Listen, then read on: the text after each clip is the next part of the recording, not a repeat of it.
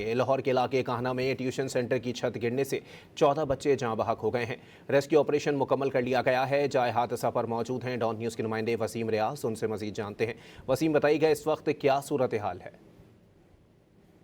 जी बिल्कुल, मैं इस टाइम जाहिर पे मौजूद हूँ जहाँ ये अफसोसनाक वाक़या जो रूनमा हुआ जिसमें 14 बच्चे जो है वो जान से गए जबकि 9 जख्मी हो गए। अच्छा, मैं आपको मजीद तफसीलात बाद में बताऊंगा। यहाँ पर एसएसपी इन्वेस्टिगेशन मोहम्मद नवीद जो है वो विजिट करने के लिए आया। पहले इनसे पूछ लें कि सर, सबसे पहले ये बताइएगा कि क्या कोई कानूनी कार्रवाई जो है उसमें की जाएगी?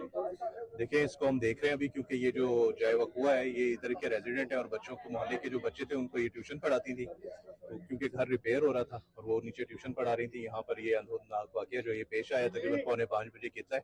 तो तमाम जो जख्मी और डेड बॉडीज हैं उनको रिकवर किया जा चुका है और इसमें हम देख रहे हैं अभी जो भी इसमें होगा लीगल एक्शन अगर लिया गया तो आपको जरूर इंटीमेट किया जाएगा और उसके बाद प्रोसीडिंग्स की जाएंगी। अच्छा, कोई टीम कोई हुकूमत की तरफ से बनाई गई हो या कोई पुलिस इस पे अपने तौर पे कोई काम कर रही हो, वो भी बताइएगा। बच्चों की शनाख्त का अमल मुकम्मल हो गया है, किस तरह बच्चों की डेड बॉडी रुस्ता के हवाले की जाएगी?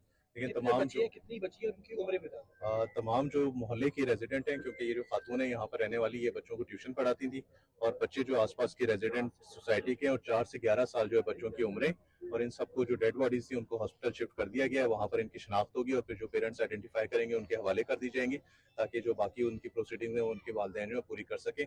और इस पर जितना भी लीगल एक्शन है जैसे ही वो लिया जाता है तो आपको टीचर की क्या कंडीशन है? जैसे बच्चे टीचर की जो है क्रिटिकल है वो भी। अच्छा, ये बताइएगा अगर मुकदमा दर्ज किया जाता है तो किन सेक्शंस के तहत ये मुकदमा जो दर्ज किया जाएगा?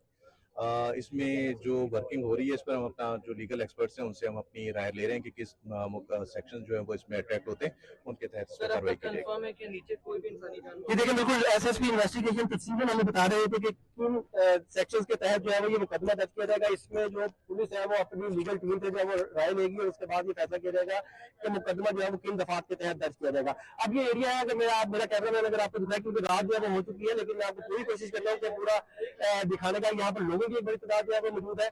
अब बताया जा रहा है कि क्योंकि ये बैंक हुआ है इसको मुकम्मल तौर पर सील कर दिया गया है और अब किसी को अंदर जाने की इजाजत जो है वो नहीं दी जा रही। तो शाम 4 से 5 बजे के दरमियान का ये वाकया है जब बच्चे यहाँ पर पढ़ने के लिए आए हुए थे। उस वक्त ये छत जो है वो जमीन दोष हुई और शायद क्यों जमीन दोष हुई इसमें बताया गया है कि यहाँ पर कंस्ट्रक्शन का काम चल रहा था।